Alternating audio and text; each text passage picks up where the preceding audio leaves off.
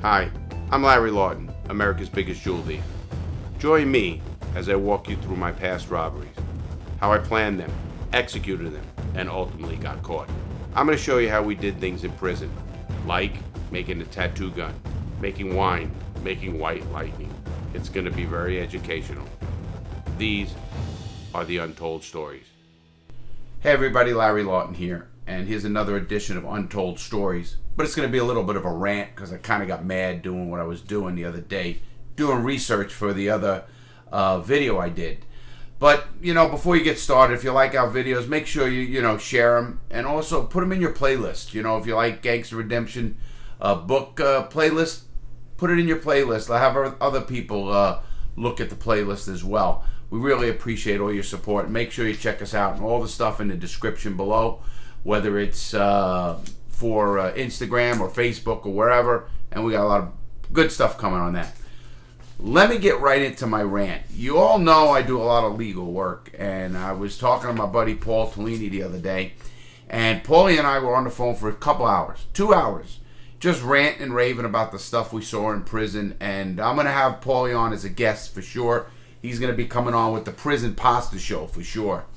But there's a lawsuit. This is one of the lawsuits that I followed from the last video. You saw a few weeks ago or a few episodes ago of the masturbation stuff. And I read the whole case again. And it's blowing me away of what's going on. So I did some more research.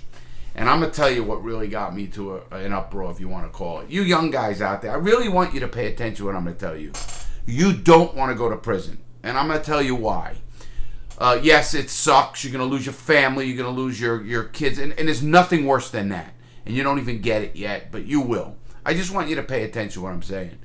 The way they treat human beings in these places is terrible. I talk about the warden, John LaManna, who's a piece of garbage who went after me. In fact, I think now he's even working for a private prison. I'm not sure, but I'm going to still do more research. And I ended up starting to doing some research on private prisons. And, I have some people come to this show, and in the comments, they'll say, why are you against private prisons? Well, here's the bottom line. How can you argue with me that private prisons are good when they make profit off the misery of your sons and daughters and everybody included? And listen, I had a great question. Why should people care? Great question. Why should people care about like an axe murder or a person in prison? And trust me, I have my heart, against certain things that people do to people, and it makes me frustrated, gets me mad, makes me want to do something to somebody. But listen, let's take it down, break it down. First of all, everybody in prison is not bad. 95% of all people in prison, or even more, are getting out. They're going to be out. So even if you don't like them, let's just say you don't have humanity in you. I hope you do, because that's the number one reason. We're humans.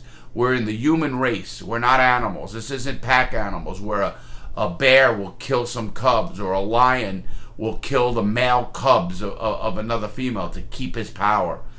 We are a human civilization, and we should care. We really should. And that's number one. Number two, it's funny how when I talk to officials, and I know a bunch of them, from the Bernie Kuricks, who was a New York City police commissioner, and he was the head of corrections. He ends up going away to prison because he embezzled money and a whole bunch of other stuff he went to prison for. And now he got out, and now he's all for prison reform. Why weren't you like that when you were out? Obviously, I'm not going to really bash him because at least he's trying to do something. And I wish more officials would listen to guys like myself, and even now the Bernie Kuricks of the world, who are against the harsh prisons the United States has. And how do you put a private prison in charge of people? One person said, well, I work for a private prison, and they're not that bad. He goes, some of them, they do care. So I asked him, I said, so where do they save their money? He says, well, on food. I mean, my first thought was on food. So that you're saving money on food. There are some estimates that they feed a human being for 50 cents a day. 50 cents a day they're feeding people. And, again, we do have people who say, some of them deserve not even to be fed. They're scumbag. I get it. I really do. Because there are some crimes to this day that just eat at me, and I want to kill the dude. And trust me, they're not doing well in prison themselves either. Those people end up dying, whether it's Jeffrey Dahmer, who ate people, he ended up getting killed on the prison yard in Massachusetts. How about Whitey Bulger? Whitey Bulger was a piece of garbage, ordered murders, was an informant, did everything. Went to prison. He didn't last a day in a federal prison, maximum security, that I know the people were in that prison. And I don't know the ones who did that to him, but I know people in that prison at the time that it happened. So I know firsthand knowledge. That was set up and ready to go right from Jump Street. That guy wasn't going to last a week. He didn't last a day. And they tried to cut his tongue out. They jabbed his eyes out. Talk about dying in a brutal way. Listen, I don't condone any violence on anybody. I really don't. I was a bad guy at one time in my life. Not anymore. But what got me so into this rant and got me so into this thing in the prison system, and listen to me, we all know I'm all for prison reform. And until, I'm trying to get myself thoughts together because I'm getting mad in a way. The first thing everyone asks me, what's the single best thing you can do to stop, the prisons? There's a way, and I'm going to explain it in this tape, how we can fix prisons for good. First of all, get rid of the profit margins in prison. Let me give you some numbers. The two biggest companies in prison, private prison industry, are Core Civics, or it used to be CCA, Correction Corporations of America, CCA. Now it's called Core Civic. They just changed their name. And the other is GEO, capital G, capital E-O, the GEO Group. And they are huge companies. And let me tell you the numbers and tell you why it's getting worse. In 2015, their revenue was $1.84 billion. $1.84 billion. 16, it went to $2.18 billion.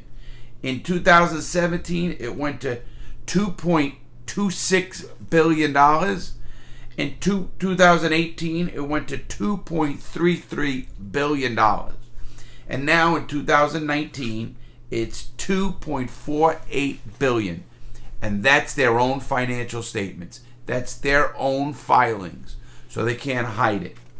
Now, their profit in that margin was in GEO, the profit was $166 million profit. That's after paying everybody, paying the expenses, writing everything in the world they can think of, paying the CEOs, the wardens, every guard, every person, feeding the inmates, equipment, costs, cars, you name it. They have a profit of $166 million. Here's irony. They're based in Florida, down in Boca Raton, Florida. I went down there. I went into one of the prisons they run. And the staff there, they do the whole stuff. And I went in to speak to the inmates in the prison. And it was a big crowd, a couple hundred people. And I talked about reentry and having hope. It was a business stuff. Some really good people with a big heart brought me in to try to talk to the people. And I felt so bad for the inmates in there. And now I told the dude I can't do that anymore because I'm not going to support this prison. They don't even want to pay for a program for people. They don't want to pay for anything. You know their big line? We don't have money. We don't have money. They profited $166 million. Tell me what their bottom line is. They want to make money for their shareholders. And I get that. But that's why we can't have private prisons in the United States. Because their whole thing is making money. And how do you make money on another person suffering? I think that's terrible. I really do. It breaks my heart to think that there's dudes in that prison not eating right, maybe getting beaten. And let me explain what I mean. How do they cut costs? Well, at nighttime, you have two units. So you'll have an A unit, a B unit. And they'll have one guard on at the night shift for both units. So if some guy's getting beaten in his cell and the guard is in the other unit, they can't hear it. They don't know what's going on. Now, if they had a guard stationed in that unit and they heard the ruckus, they can go help that guy. They can call for backup. But at this point, right now, the guard is in the other unit or whatever unit he is. Maybe he's going to the bathroom. Maybe he's doing something. And now that guy is half beaten to death because they couldn't get people to him. Even that, what happens if the guy's having a medical episode? There's no guard. There's nobody to him. He's banging on the door. He's screaming for help. Help me, help me. The guy's got such pain, whether it's chest pain, maybe he's bleeding, internal bleeding. I watched a friend of mine. Took him 30 minutes to get him out of a cell. 30 minutes. And they had a guard there.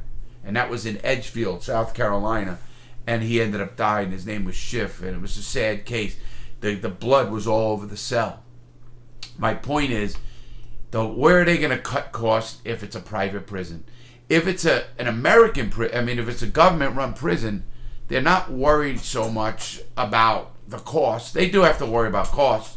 But at least they hire that person and that guy's job is in that unit or whatever the number of people. We all know the regulations they put out. Now, they call those the CFR, Code of Federal Regulations. That was my expertise, understanding the CFR on what prisons can and can't do to you by their own CFR, Code of Federal Regulations, which is set down by policy. How the Code of Federal Regulations go is this. Laws are passed, whatever they are, and the Constitution is followed. And it goes from there, and then it goes to different policy groups who set policy. Now they set policy in line with whatever the lawmakers decided and whatever the Constitution states. Of course, that's the overriding thing. Whether it's cruel and unusual punishment, the 8th Amendment, well, let's define cruel and unusual punishment. Do you think trying to feed people on 50 cents a day is cruel and unusual? Do you think putting 3 men in a prison cell that's 8 foot by 10 foot cell and putting 3 men in there, maybe 4 men in there, is cruel and unusual? Supreme Court said it is. What else is cruel and unusual? Is it cruel and unusual to sentence a 15-year-old to life without extenuating circumstances? The Supreme Court said it is. My point is, this is how the Code of Federal Regulations are made. So then the Attorney General of the United States approves those Code of Federal Regulations. They go out down to the Bureau of Prisons. Then even their prison policies go in line with the Code of Federal Regulations. So when they break their own policy, in fact, they're violating their own Code of Federal Regulations. And that is against the law. That has been proven on many cases as well. I've had them come and say, oh, they're only guidelines. No, they're not. They are policies set down by lawmakers that you are supposed to follow. Well, then you get guys like John LaManna, a piece of garbage, who had it out for me. He literally mentioned my name in meetings saying we have to shut this guy up. They tried. They didn't do it.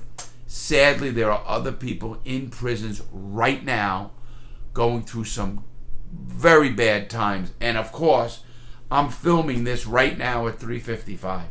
It's 3:55. And it's sad because in 5 minutes, every single federal inmate in the time zone of 4 o'clock will be standing on his feet for a mandatory count.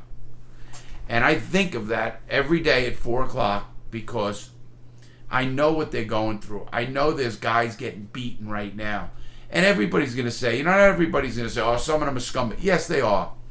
But listen, you should care. One, because it could be you. If you go 20 miles over the speed limit and you're driving a car and you happen to run into a lady, car that swerved, something happened, and you were 20 miles over that limit and you hit that car, and that lady died, you, my friend, are going to prison, and you might be in the cell with me. And that'd be good, because I wasn't a predator. But you might be in a cell with a predator, and then you got to watch out. Not only that, those people in prison are somebody's son, somebody's daughter, somebody's husband, somebody's wife, somebody's mother, and somebody's father or grandparents. Those people have extended families. And trust me, not everybody in prison is this bad, evil guy. I want to believe that I was never a bad, evil guy. I don't say I didn't deserve to go to prison. I always said it. I deserve to go to prison. I did my time. But let's face it, people. We have to do what we're doing, because if we keep letting this go on, it only gets worse.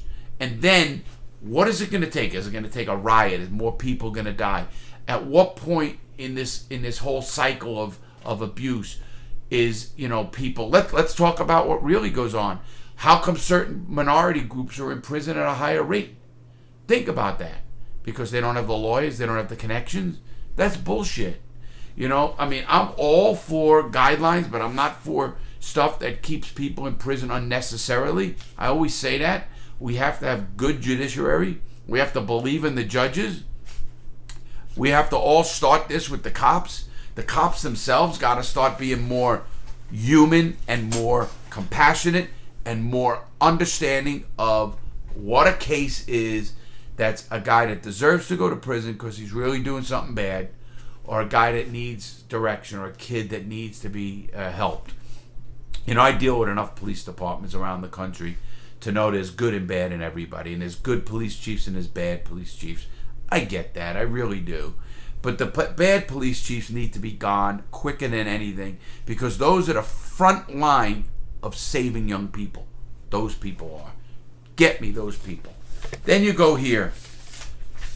For-profit, privatized correctional services. CoreCivic, Correction Corps of America, the GEO Group are the two biggest. Then you go to healthcare in prison. And this is really where I was getting mad, because I had a very rough time in prison because I got disabled from my back and I got zero help in prison for my back. Now, private prison health companies run the prison healthcare. Like a lot of them, Horizon Prison Healthcare is tons of them. They have tons of lawsuits against them. And here's why you should care out there watching this video. Because right now, there's people in prison not getting the medical care they need. And guess what happens? When that person gets out of prison or jail, because they run the jail, Armor Healthcare. I live in a county that has Armor Healthcare.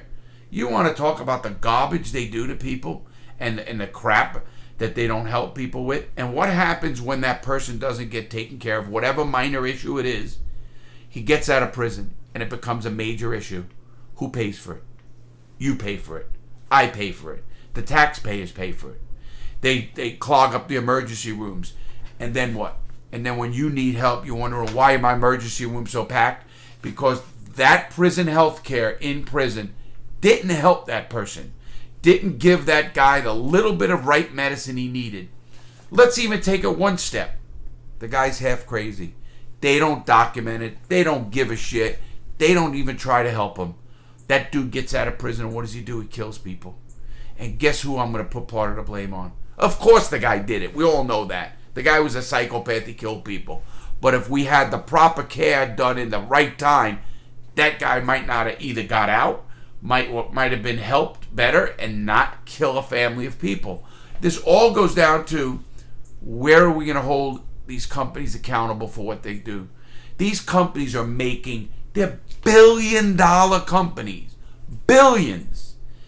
And they're not even spending the right amount of money to help. When you got companies making profit, and when I say they got the best tax people in the world, so they're writing off every single little paper clip they can, and then they still make a profit of $166 million. How about this?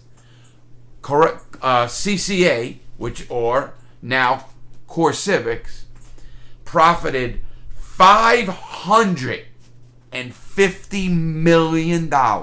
Profit. After everything. Profit. Come on, guys.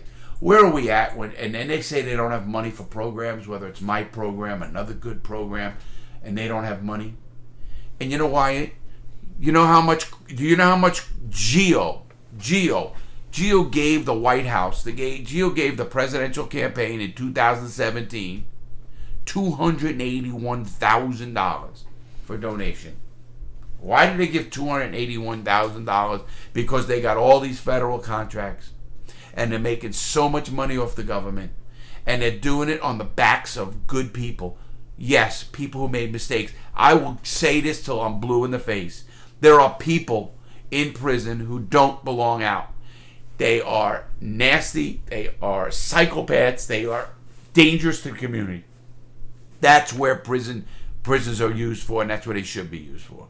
But there are so many people in prison who don't belong in prison because they were a minor drug dealer or minor something, and they could have handled it in a lot better way. But guess what? The almighty dollar jumps in here. And if you think I'm kidding, I want you just to go online and Google how much money does Core Civics make? How much money does Geo make? And you're going to be blown away by the financial statements on these companies. And the more we can talk negative, because that's what they need. They don't belong to be, oh, we're doing this, we're doing good. Listen to me. You show me a bottom line. Write off everything. Pay your people. Do everything you're going to get. Why do you have $166 million left? Because you don't want to pay for a program? You don't want to give these other people a little extra when they get out to get them on their feet? Because it's your bottom line? Your bottom line is sick to the profit margin. And anybody who's got Geo stock should sell it. Get out of it. Because there is a trend, and I hope that trend shows they're going down. And I hope they go down hard. Because all they're doing is hurting people. Boy, I'm just reading all this law stuff, everything. I get so I want to break the camera. I get frustrated. My point is, I get so upset with our society that claims to be, hey, let's do the right thing by people. Until the United States gets its criminal justice system in line and in order, it has no right talking about any other country in the world about criminals, criminal justice, everything else. You know what? We need a wall. I have no problem with a wall. But you know what the wall does?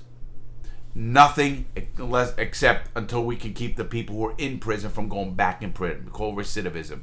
If we could lower recidivism, we'd have a hell of a lot more use with the money we spend. But we don't do that. We don't put that money.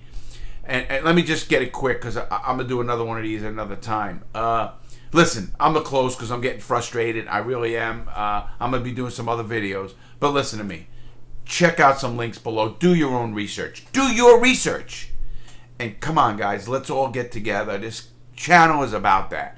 It's about my passion for criminal justice reform. It's about my passion for prison reform because there are people being abused. Right now, 4 o'clock, 4:04, people are on their feet. Sad to say. Man, let's fix this system, guys. I mean, there is a way to do it, and I can do that. And the quickest way is to have these prison companies pay for teams like mine that can go into any prison and find the abuses and get rid of the people that are doing it. That's the first step. And now, they already got the money, so don't say they don't got the money. Make them pay. All right, ladies and gentlemen. Sorry about the rant. It's just the way it was today. I got some great videos coming up. We got GTA. We got a couple other. I'm going to be reviewing Money Heist. A lot of people have been asking about that. I'm going to be doing that. Come on, check our stuff out. Check out Instagram. Check out all the stuff. Check out Facebook. We're going to be starting a big campaign there. We're going to be doing a lot of stuff, everybody. So hang in there. Stay safe. Listen to your local officials. This stuff's over soon. Really, much love, much respect, and thanks for following me. Keep the comments coming. You know I love that. Thanks, everybody. Stay safe.